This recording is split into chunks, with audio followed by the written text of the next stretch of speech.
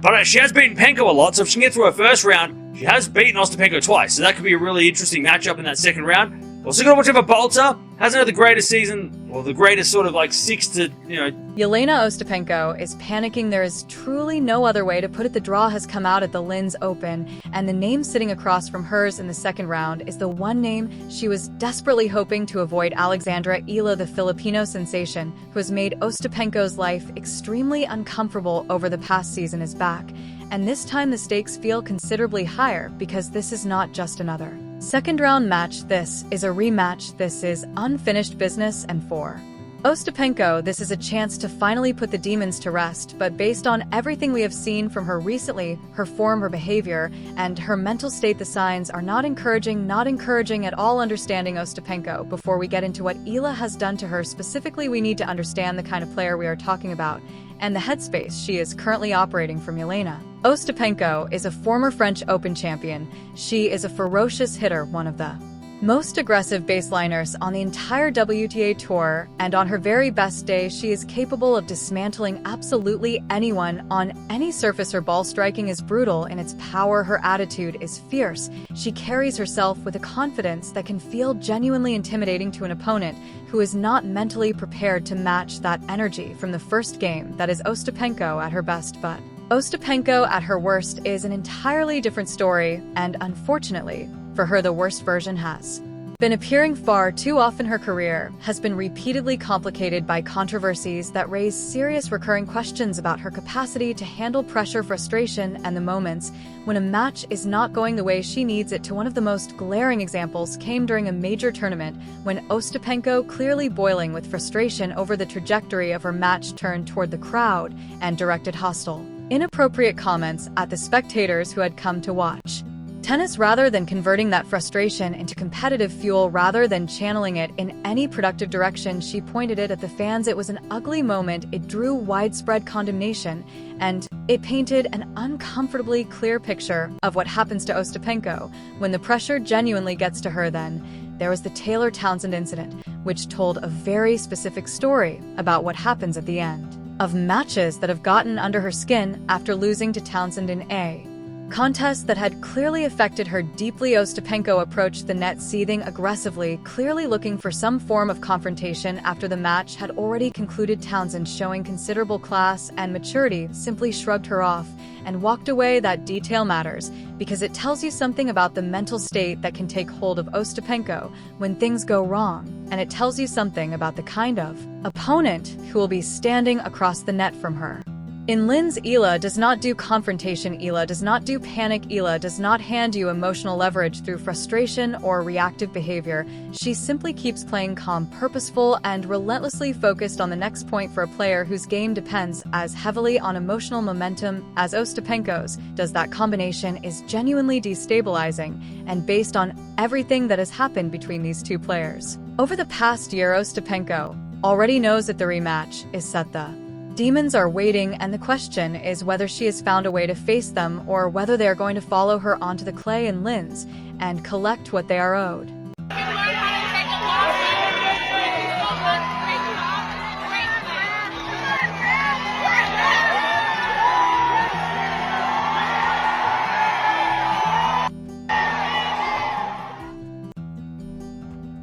Townsend refused to give Ostapenko the reaction she was desperately searching for, and in doing so, she exposed exactly how fragile Ostapenko becomes when results do not go her way. This is not the behavior of someone who is mentally composed. This is not the behavior of someone at peace with their game. This is someone cracking under the accumulated weight of expectation and frustration, and it is a pattern that is followed Ostapenko throughout her career. What Eala has been doing instead here is where the contrast becomes genuinely fascinating. While Ostapenko has been displaying these cracks and vulnerabilities in full public view, Eala has been doing the exact opposite, quietly building a reputation as one of the most mentally composed young players on the entire WTA tour, and nowhere was this more evident than in her match against Laura Siegemund, a player who is absolutely notorious for her psychological warfare on court. Siegemund is not simply a tennis player, she is a chess player in A tennis player's body, she stretches time rules,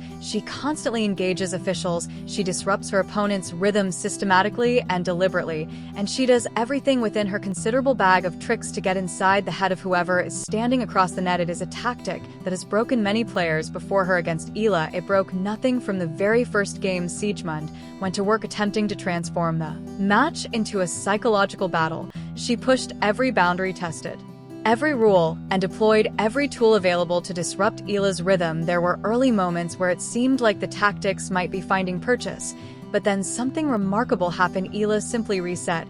She did not argue, she did not complain, she did not allow the frustration to register on her face or in her body language. She walked back to the baseline, took a breath, and returned her attention entirely to the tennis when Siegmund came back to the court looking to press her psychological advantage.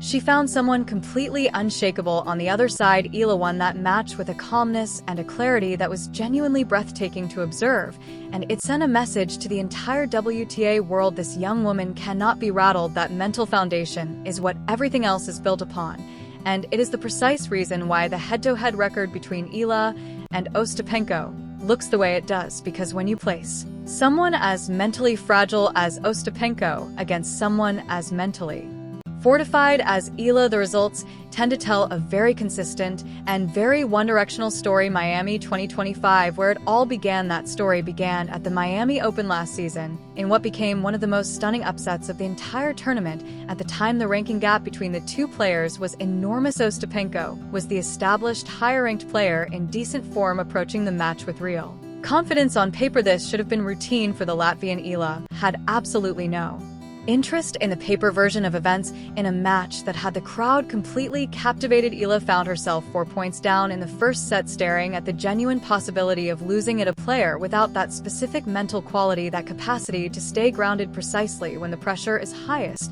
would have crumbled at that juncture. Eala refused to fold. She fought back from the deficit, stayed composed under enormous pressure, and took the first set in a tiebreak 76. The second set followed a similarly dramatic arc. Eala built a commanding lead early and appeared to be running away with it. Then Ostapenko fought back, clawed her way level, and refused to accept what was coming. And here is where the mental difference between these two players became absolutely decisive, because while Ostapenko was scrapping and clawing and trying to force her way back through sheer aggression and emotional intensity, Eala was calm, focused, unhurried. She found a way through once again, 76 in the second, and sealed a victory that sent shockwaves across the WTA world. It was the first time Eala had defeated a player of Ostapenko's standing. The manner in which she did it was nothing less than extraordinary. Eastbourne 2025, when the rematch made things worse, Ostapenko must have told herself Miami was a one-off, an anomaly, a day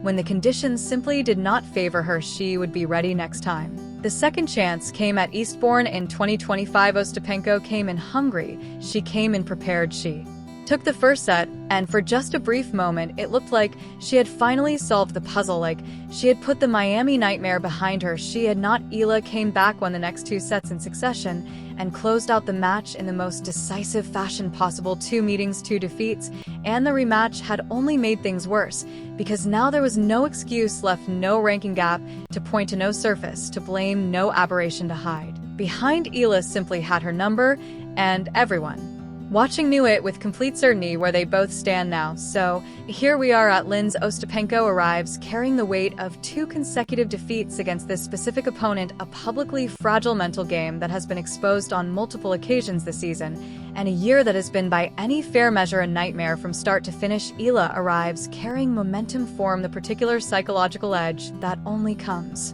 from having already defeated someone twice, and the kind of mental clarity that makes her one of the most compelling young players in the world to watch right now. The record says Eala wins, the forum says Eala wins. The psychological battle has already been decided long before either of them steps onto the clay. Ostapenko is panicking, and given everything we have seen from her recently, given the pattern, the incidents, the fragility that surfaces whenever results stop going her way, honestly, who could blame her? Eala is coming. History is very much on her side. And the only remaining question is not whether Ostapenko can solve the puzzle, it is whether she can survive it.